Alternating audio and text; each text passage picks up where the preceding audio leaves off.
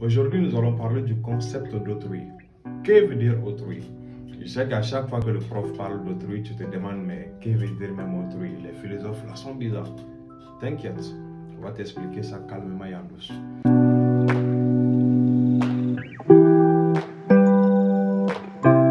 On va prendre une situation. Imagine que tu te trouves dans une salle de classe. Tu es seul, tu es juste entouré que de tables-bancs, de chaises, de tableaux, de craies, etc. Dans cette situation, tu vas te sentir libre. Parce que tu es juste entouré que des objets qui ne sont pas capables de te juger parce que ces objets-là n'ont pas de conscience. Mais au même moment, dans la même situation, quelques minutes plus tard, imagine un autre élève entrer. Est-ce que tu te sens libre comme tu étais avec les tables bancs? Non. Parce qu'il y a un autre individu qui est présent dans la même salle que toi. Cet individu-là, il est comme toi parce qu'il a une conscience. Il a également un corps. Il est capable de te regarder. À travers son regard, il est également capable de te juger.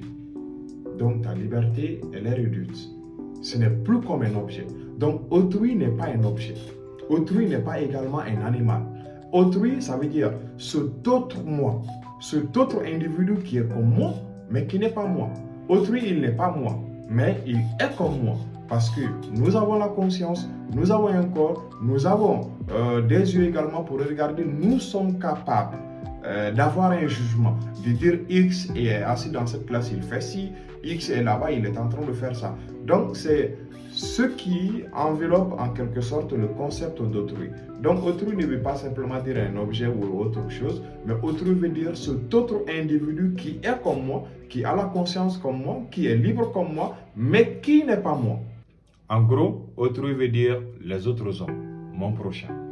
C'est cet inconnu que je viens de rencontrer tout de suite. C'est également ces personnes avec qui tu vis quotidiennement et qui font partie de ta vie. Et ce sont eux-là qu'on appelle autrui. J'espère que tu as bien compris. Avant de partir, essaie de répondre à cette question en commentaire. Est-ce que l'autrui représente une menace pour moi? Est-ce que l'autrui est une menace pour mon existence?